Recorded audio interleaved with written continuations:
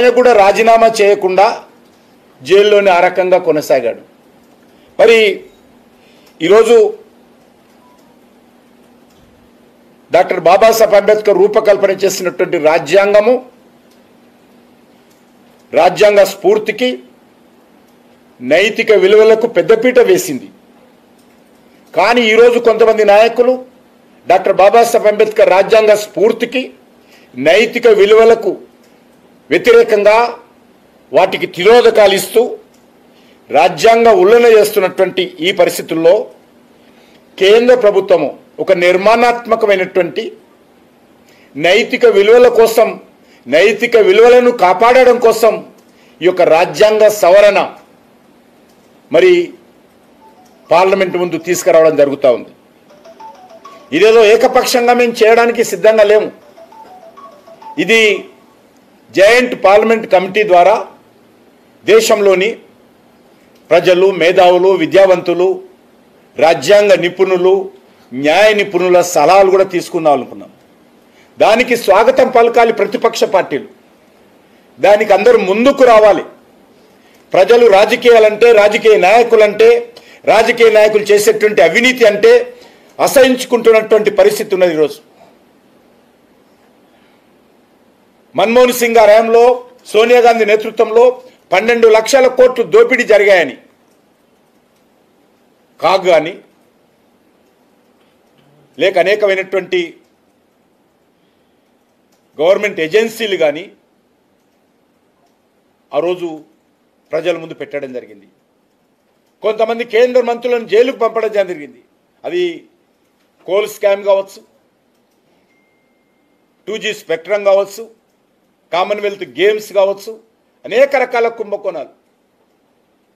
కాబట్టి ఈరోజు ప్రజల్లో రాజకీయ నాయకులు అంటే అసహ్యం ఏర్పడే విధంగా ఈరోజు కొంత ఉంది. దీని నుంచి మనం కాపాడుకోవాలి. ఎవరు అవునన్నా కాదన్నా ప్రభుత్వాలను నడిపేది రాజకీయ నాయకులే, రాజకీయ పార్టీలే. ప్రజల నుంచి ఎన్నికై వాళ్ళే ఈరోజు రాజ్యసభలో, లోక్సభలో, అసెంబ్లీలో, కౌన్సిల్లో వస్తారు. వాళ్ళే చట్టాలు చేస్తారు. కాబట్టి వాళ్లకు నైతిక విలువలు అవసరం. వాళ్లకు అంబేద్కర్ రాజ్యాంగ స్ఫూర్తితో వివరించాల్సిన బాధ్యత రాజకీయ పార్టీల మీద, రాజకీయ నాయకుల మీద ఉన్నది. అందుకే ఈరోజు నరేంద్ర మోడీ గారి ప్రభుత్వము ఇదొక నిర్మాణాత్మకమైనటువంటి సవరణ తీసుకురావడం జరిగింది. ఇన్నేళ్ల పాటు దోచుకున్నటువంటి కొంతమంది రాజకీయ నాయకులకు ఈ రకమైనటువంటి చట్టము బాధ కలిగించవచ్చు. మనం అర్థం చేసుకోవాల్సిన అవసరం ఉంది. ఈరోజు మనం చూస్తూ ఉన్నాం, దొంగ ఓట్లతో, రోహింగ్యాల ఓట్లతో అధికారంలో రావాలని తాహతా పడుతున్నటువంటి కొంతమంది రాజకీయ నాయకులకు ఈ రకమైనటువంటి చట్టాలు మరి వాళ్ళకు మంచిగా అనిపించదు. దేశానికి ఉపయోగపడేటువంటి ఈ రకమైనటువంటి చట్టాలను వ్యతిరేకిస్తారు, అర్థం చేసుకోవచ్చు. కానీ వ్యతిరేకత కానీ, సవరణలు కానీ ఇంకా అన్ని పార్టీలకు చెప్పేటువంటి అవకాశం ఉంది. ప్రజల ముందు పార్టీలు, పార్టీ నాయకులు, వాళ్ళ ప్రభుత్వ అధినేతలు ఏ రకంగా వ్యవహరించాలో ఈ చట్టము జేపీసీ ముందు ఒక అగ్ని పరీక్షగా ప్రజల ముందు ఉంటుంది. ఏ పార్టీ గురువింద గింజ సామెతలాగా మాట్లాడుతుందో రానున్న రోజుల్లో దేశ ప్రజలు ఈ చట్టం ద్వారా మరి అర్థం చేసుకుంటారనే విషయాన్ని నేను మనవి చేస్తా ఉన్నాను. ఈరోజు కాంగ్రెస్ పార్టీకి బాధ ఎందుకు అర్థం కాదు.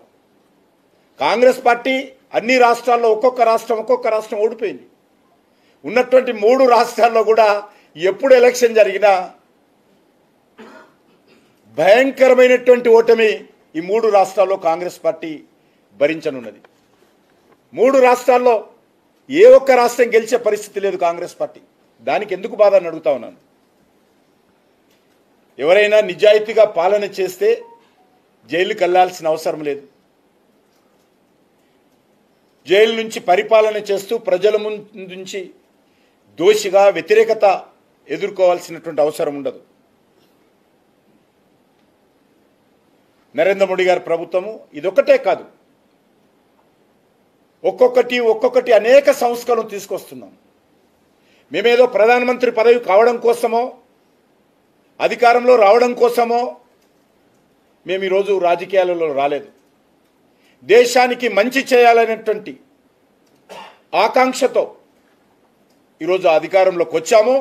వచ్చిన పనులను, మా లక్ష్యాలను ఎవరు వ్యతిరేకించినా, ఎవరు కాదన్నా, ఎవరు గోల పెట్టినా, ఎవరు పాదయాత్రలు చేసినా, ఏ దేశానికి అనుకూలంగా మాట్లాడినా, హైకోర్టులను, న్యాయస్థానాలను, సుప్రీంకోర్టులను వ్యతిరేకించినా,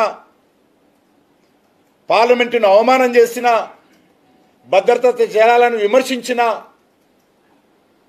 ఎలక్షన్ కమిషన్ను నిర్వీర్యం చేయడం కోసం ప్రయత్నం చేసిన మా ప్రభుత్వాలు, మా పార్టీ ముందుకెళ్తామే తప్ప మా లక్ష్యాలు, మా ఆకాంక్షలను చెక్కు చెదరనివ్వదని సందర్భంగా మనం చేస్తా ఉన్నాను. మనకందరికీ తెలుసు,